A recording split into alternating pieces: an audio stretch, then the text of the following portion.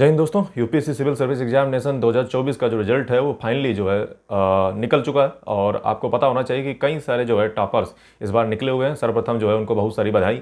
लेकिन बहुत सारे लोग जो है फेल भी हुए हैं। और क्यों वे फेल हुए हैं, ठीक है, क्या उसके पीछे कारण है। और मैंने जो है कई सारे इंटरव्यूअर्स जो टॉपर्स हैं उनकी जो रणनीति, जो स्ट्रैटेजी, जो तरीका वो अपनाते हैं अपने एग्जामिनेशन में, क्या जो है एक टॉपर को टॉपर बनाता है, क्या वो सारी चीज़ें हैं जो एक मतलब एक व्यक्ति जो है, जो अगर देखा जाए तो जो अब इस बार टॉपर नंबर 1 जिसकी रैंक आई है, देखा जाए तो वो कोई बहुत बड़ी बात नहीं है। क्योंकि जो है 5 साल से जो है नहीं होने से बावजूद अगर एक बार हो जाता है तो कोई बहुत बड़ा जो है उसमें अगर कोचिंग इंस्टीट्यूट वगैरह का जो है रोल यहाँ पे मालूम पड़ता नहीं है, ठीक है। लेकिन उसका जो है ज़्यादा इंपॉर्टेंट हो जाता है जो है अगर देखा जाए जिसने पहली अटेम्प्ट में जो है इस यूपीएससी नाम के जो एग्ज़ाम है इसको फोड़ दिया हो, तो उनके लिए काफ़ी मैटर पर हो जाता है। इसलिए मैंने जो है उन लोगों को तवज्जो ज़्यादा दी है। और जिनकी जो है अगर देखा जाए तो मैंने सभी जो टॉपर्स हैं उनकी जो है मैंने कई सारे वीडियो देखे, कई सारी चीज़ें देखी। आज आपको इसी एक वीडियो में मैं वो सीक्रेट बताने वाला हूँ जिससे जो है टॉपर बनते हैं। तो चलिए दोस्तों, आज की वीडियो की सबसे पहली स्ट्रेटजी है वो दोस्तों है लिमिटेड रिसोर्स। जी हाँ, हमारे ज़्यादा अगर आप बात मानो तो मैं आपको बता दूं, बहुत सारे यूपीएससी एस्पिरेंट जो है लिमिटेड रिसोर्स को नहीं रखते हैं। अब आप में से बहुत से लोगों के दिमाग में, मन में सवाल आ रहा होगा कि प्रभु जरा अपना साइड में हटो, तो ये जो नौटंकी तुम लगा के रखे हो, ठीक है, तुम्हारा तो रिसोर्स बहुत ज़्यादा है, तो इसी के मतलब जो है आपको भी सबसे पहले हटाना चाहिए। तो मैं आपको जो है कई सारे वीडियो में इसका जवाब भी दे चुका हूँ। और ये दरअसल इसका मतलब ये नहीं होता कि मैं सभी किताबों को पढ़ता हूँ, ठीक है, ये तो सभी लोग जानते होंगे कि जस्ट जो है शो ऑफ करने के लिए लगा हुआ है, ताकि जो है वीडियो में एक थीम बने, एक लय बने कि हाँ यहाँ पे पढ़ाई के रिलेटेड बातें होती हैं, इससे अलावा इसका कोई इंपॉर्टेंस नहीं है, ठीक है, और इससे कोई लेना देना नहीं है। मैं आपको दोस्तों बता दूं, रिसोर्स आपको लिमिटेड रखने हैं। जितने लिमिटेड रिसोर्स रखोगे उतना ही जो है आपका जल्दी काम होने वाला है। अब इसका मतलब ये भी नहीं है कि आप बहुत इजी बन पढ़ करके जो है आप बहुत आसानी से निकाल दो यूपीएससी, ऐसा भी नहीं है। रिसोर्स लिमिटेड का मतलब ये है कि ज़्यादा फिर नई नई बुकों पे ना जाएं। जो पुराना ठर्रा चला आता है उसी ठर्रे पे बने रहें। और जो बुकें हैं, जो रेफरेंस है, कोई नई चीज़ मिल जाए कहीं अदर बुक में या कोई एक्सपर्ट बता दे, उसको नोट डाउन कर लीजिए, ऐड ऑन कर लीजिए अपने वैल्यू एडिशन नोट्स में, ठीक है। दूसरी चीज़ दोस्तों जो है मल्टीपल रिविजन्स, यानी कि जो है आपको जो लिमिटेड रिसोर्स हैं, कई बार क्या होता है कि यूपीएससी स्टूडेंट बहुत सारी चीज़ों को पढ़ते हैं, फिर उन्हें कुछ नहीं पता रहता है, दिमाग जो है एकदम बिल्कुल ब्लैंक हो जाता है, एकदम मतलब खाली हो जाता है। तो उनको चाहिए कि multiple times revision, limited resource multiple उसका रिवीजन है, यानी कि बार बार उसी का रिवीजन तुम्हारे दिमाग में एकदम छप जाना चाहिए। वो चीज़ जो है उसका रिवीजन मतलब आंसर देखते ही जो है इसी तुम्हारी प्रैक्टिस हो जाए कि जो है तुम्हें उसके पॉइंट तुरंत ऑटोमेटिक याद आने लगे, यानी कि मल्टीपल रिवीजन, लिमिटेड रिसोर्स। तीसरी चीज़ जो है वो मैं आपको बता दूं दोस्तों, वो ये है कि आपको अपने कॉन्सेप्ट के जो बेसिक्स हैं वो बहुत क्लियर करके रखने हैं। मतलब कई बार क्या होता है यूपीएससी स्टूडेंट बहुत जो है हाई फाई चीज़ें पढ़ लेते हैं, बहुत बड़ी बड़ी चीज़ें पढ़ने लगते हैं, ऐसा ऐसा पीएचडी जैसा करने लगते हैं। लेकिन मैं आपको बता दूं, बेसिक्स इज़ वेरी इंपॉर्टेंट। और बेसिक्स की जब दोस्तों बात आती है तो बात आ जाती है यहाँ पे एनसीईआरटीज की, यानी कि अगर आपने एनसीईआरटी नहीं पढ़ी, ठीक है, तो जो है आपका कल्याण नहीं होने वाला है। और एनसीईआरटी जो है वो बेसिक्स है, वो अंडरस्टैंडिंग है, जो आपको जो है एक ढांचा, एक वैल्यूशन जो है आपको एक फाउंडेशनल जो है आपको दिया जाएगा। यानी कि आप जो है बेसिक्स को जरूर जो है पढ़ें। और बेसिक पे ही सवाल, आपकी अंडरस्टैंडिंग पे, समझ पे ही सवाल जो है आपकी क्वेश्चन घुमाए जाते हैं, ताकि आप जो है उसमें फंस जाएं। प्रीलिम्स में यही होता है, मेंस में यही होता है। बेसिक पहले समझिए, ठीक है। अंडरस्टैंडिंग उस सिलेबस देखिए, बार बार शब्द एक बार बार प्रयोग किया जाता है, अंडरस्टैंडिंग। अगली चीज दोस्तों वो ये है कि पीवाईक्यू जो है अगर देखा जाए तो वो जो है आपको प्रीलिम्स और मेंस के पर्सपेक्टिव से जो है आपको तैयार करने चाहिए। मतलब अगर जब भी आप पीवाईक्यू सॉल्व करें, ठीक है, कोई भी पीवाईक्यू जो है अब आप सॉल्व कर रहे हो, तो आप याद रखिए कि उस पीवाईक्यू को जो है आपको मतलब कुछ भी कंटेंट पढ़ रहे हो, आपको तुरंत दिमाग में आ जाना चाहिए कि प्रीलिम्स में ये कैसे पूछा जाएगा, मेंस में कैसे पूछा जाएगा, क्या कंटेंट ये हमारे सिलेबस से रिलेवेंट है या नहीं है, या पास्ट में पूछा गया था तो कैसे पूछा गया था। ऐसा नहीं पता चला आपने पूरा नौटंकी पढ़ डाला, पूरा जो है पढ़ डाली पूरी बुक, और लेकिन आपको ये पता ही नहीं चला कि इसमें पढ़ना क्या है, पढ़ना नहीं है। तो ये चीज़ें आपको कैसे पता चलती हैं? ये आपको पता चलती है मॉक टेस्ट से। यानी कि जब आप मॉक टेस्ट दोगे तो आपको ये पता चलता है कि आपको पढ़ना क्या है। आपको ये पता चलता है कि आपने जो पढ़ा था क्या वो रिलेवेंट पढ़ा था या नहीं पढ़ा था। सवाल तो ऐसे पूछा जा रहा है, हम तो ऐसे पढ़ रहे थे। ये सारी चीज़ें आपको पता कैसे चलती हैं? ये आपको वही से पता चलती हैं। ये थिंकिंग आपकी जो माइंड की होती है ना, कि चीज़ों को ग्रैस्प करना कैसे है, मतलब चीज़ों को उठाना कैसे है। कंटेंट तो बहुत सारा है, लेकिन आपको अपने दिमाग में क्या चीज़ें उठानी है ये समझ आपको आएगा पीवाईक्यू से, ये आप समझ आपको जाएगा मॉक टेस्ट से। ये चीज़ें आपको समझ आएंगी कि क्या चीज़ें इंपॉर्टेंट, क्या चीज़ इंपॉर्टेंट नहीं, पढ़ने का तरीका क्या होता है, क्या चीज़ें इंपॉर्टेंट होती है, क्या चीज़ इंपॉर्टेंट नहीं होती, प्रीलिम्स के पर्सपेक्टिव से क्या इंपॉर्टेंट है, मेंस के पर्सपेक्टिव से क्या इंपॉर्टेंट है, किस सब्जेक्ट से क्या रिलेट हो रहा जा रहा है। ये सारी चीज़ें जो आपको समझ आनी चाहिए।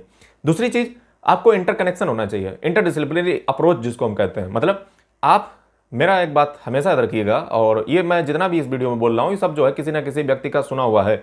और वो चीज़ ये है दोस्तों कि आपको इंटरडिसिप्लिनरी अप्रोच रखना चाहिए। ये क्या होती है, इसका मतलब ये होता है कि दरअसल अगर यूपीएससी में देखा जाए तो लेस इज ऑलवेज मोर, यानी कि जितना जो है आप कम रखोगे उतना ही ज़्यादा होगा जा करके। यानी कि जिस प्रकार से जो है जेल नहीं होता है बालों में लगाने वाला, वो जितना कम लगाते हो उतना ही ज़्यादा जचते हो, उसी प्रकार से जो यूपीएससी में हमेशा एक बात याद रखिएगा, लेस इज ऑलवेज मोर, यानी कि जो है आप कम से कम पढ़िए लेकिन उसका हथियार के तरीके से प्रयोग करना अच्छे से जाना चाहिए। जैसे आप कोई भी विषय पढ़ें आप ये देखें, जैसे मेरा ऐसा मानना है कि दरअसल जो है हथियार जो है किसी भी व्यक्ति को युद्ध को जिताने में जो है इतनी महत्वपूर्ण भूमिका नहीं निभाते हैं तो उनका प्रयोग किस प्रकार से आप करते हो, उनका हथियारों का उपयोग आप किस प्रकार से कर लेते हो, ये आपको जो है बहुत ज़्यादा इंपॉर्टेंट बनाता है। यानी कि यूपीएससी की प्रिपरेशन में आपके पास लेस ही कंटेंट होना चाहिए, मतलब आपके पास चीज़ें कम है, कोई दिक्कत नहीं, लेकिन आप प्रयोग उनका किस प्रकार से कर देते हो, कहाँ पे किसको जोड़ देते हो, ये कला अगर आपके पास है, आप जो है ये कला अगर जानते हो, ये जो है कला मतलब एक टॉपिक को आपने कई सारे सब्जेक्ट के साथ मिला लिया, हिस्ट्री के साथ, पॉलिटी के साथ, इकोनॉमी के साथ, सोसाइटी के साथ, कल्चर के साथ, लॉ के साथ, एनवायरनमेंट के साथ, डिजास्टर के साथ, तो ये सारी चीज़ें जो है आपको इंटरडिसिप्लिनरी अप्रोच जो है आपको बहुत ही इंपॉर्टेंट महत्वपूर्ण जो है आपने एथिक्स में भी डाल दिया, ऐसे में भी डाल दिया। ये सारी चीज़ें अगर आपके पास हथियार चलाने की जो टेक्निक है आपके पास अगर है तो आप कम कंटेंट में बड़ा फोड़ करके आओगे, ये बात आपको याद रखिएगा। यानी कि कनेक्ट करने की कोशिश कीजिए, सिर्फ रट्टा मत मारिए कि पॉलिटी का है, ये हिस्ट्री का है, ज्योग्राफी का, आपको कनेक्ट करना आना चाहिए। नेक्स्ट चीज़ की अगर बात किया जाए तो दोस्तों मैं आपको बता दूं कि आपको जब प्रीलिम्स के क्वेश्चन को सॉल्व आउट करना है तो प्रीलिम्स के क्वेश्चन कितने सॉल्व करने चाहिए, सवाल ये खड़ा हो जाता है। तो कई लोग सोचते हैं कि भैया जो है हम प्रीलिम्स में मतलब 200-500 जो है नंबर लेकर आएंगे और जो है हम बहुत बड़ा जो है रैंक लाकर दिखाएंगे। भैया प्रीलिम्स में बस उतना ही क्लियर रखो जितना तुम्हारा कट ऑफ हो जाए। और कट ऑफ होता कितना है, तो लगभग देखा जाता है और 90 नंबर लगभग, या मान लो 90 आ जाए, ठीक है, 90 मान के चलिए, ठीक है। अटेम्प्ट कितना होता है, तो कोई 80 क्वेश्चन अटेम्प्ट करता है, 80 क्वेश्चन, कोई 85 क्वेश्चन।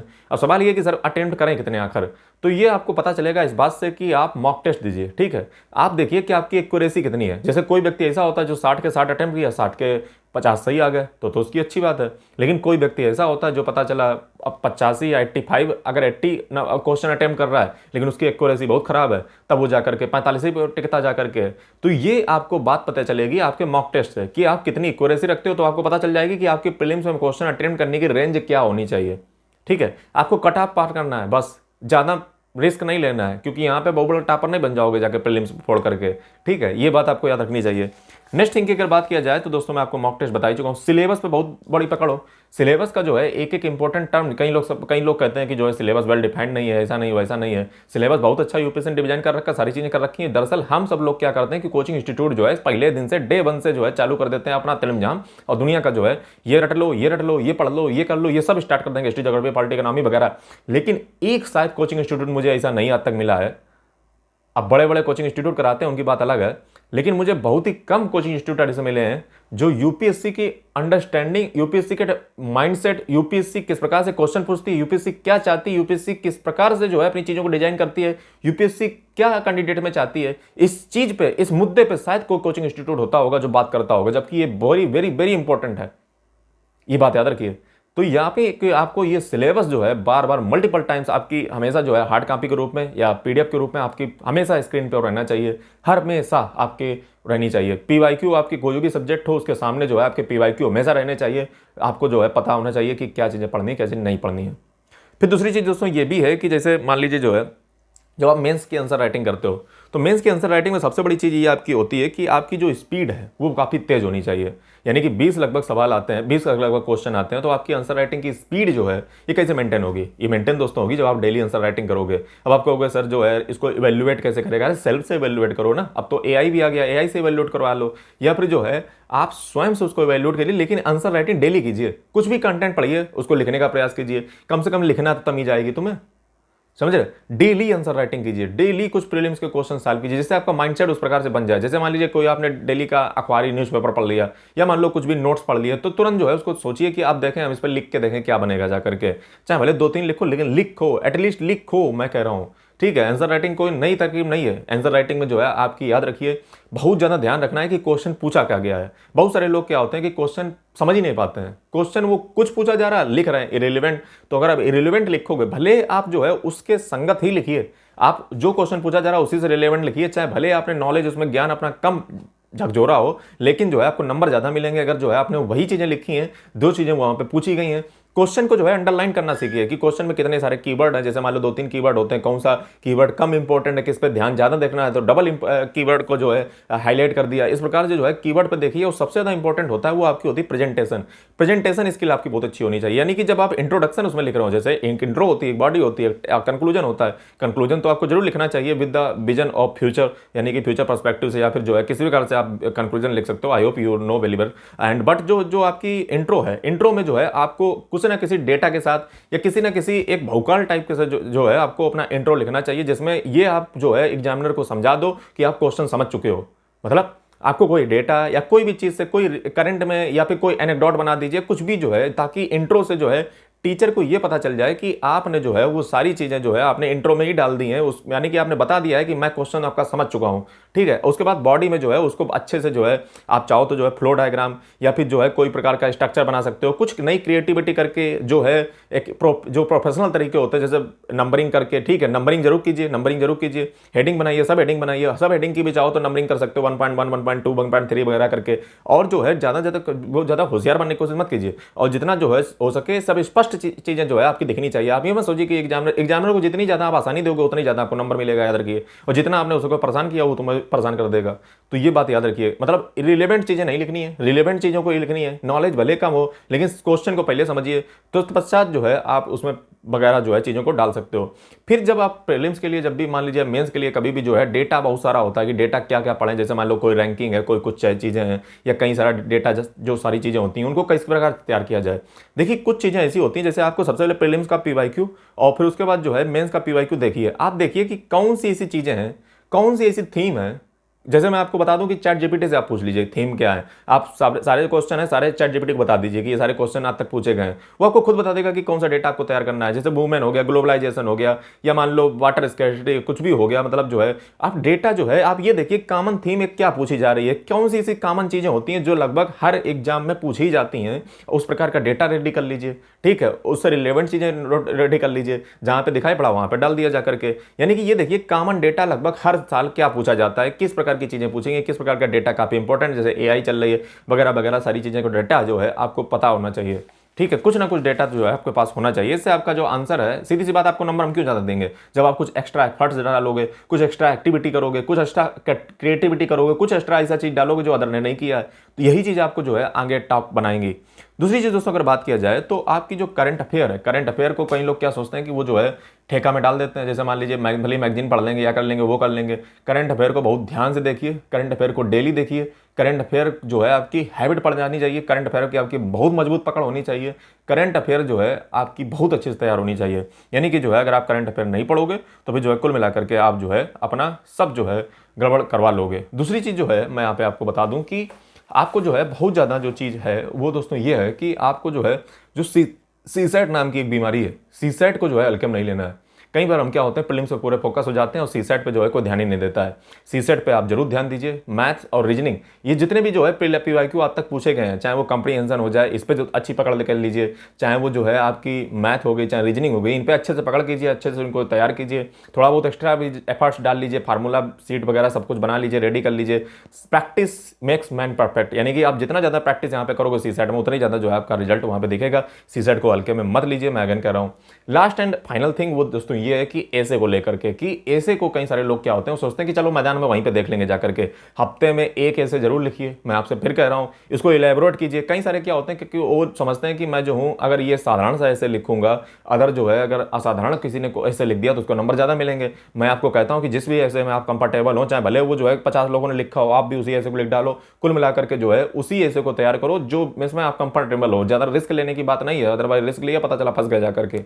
ठीक है, ये चीज आपको तैयार होनी चाहिए। लास्ट एंड फाइनल चीज ये भी मैं आपको बता दूं कि जो आपका ऑप्शनल है, ऑप्शनल को पूर्ण तरीके से जो है अच्छे से समय दीजिए, ऑप्शनल को तैयार कीजिए, ऑप्शनल की मार्क टेस्ट लगाइए, सीरीज लगाइए, टेस्ट सीरीज लगाइए। ये सारी चीज़ों को जब आप जितना ज़्यादा करोगे, और लास्ट एंड फाइनल थिंग वो दोस्तों ये मैं आपको बता दूं कि जो है आपको सुबह सुबह जो है कठिन काम को लेने हैं। जैसे अगर मान लो आपको मैं कहूँ कि एक मेढक खाना है और आपको एक चॉकलेट खानी है, तो आप किसको खाओगे, और दोनों खाना जरूरी है, तो आप सबसे पहले मेढक खाओगे ना, चॉकलेट बाद में खाओगे। इसलिए अपना डे का रूटीन इस प्रकार से बनाइए कि जो सबसे पहले जो कठिन चीज़ें हैं उनको सुबह सुबह रखिए और बाद में जो है अच्छी चीज़ों को रख लीजिए।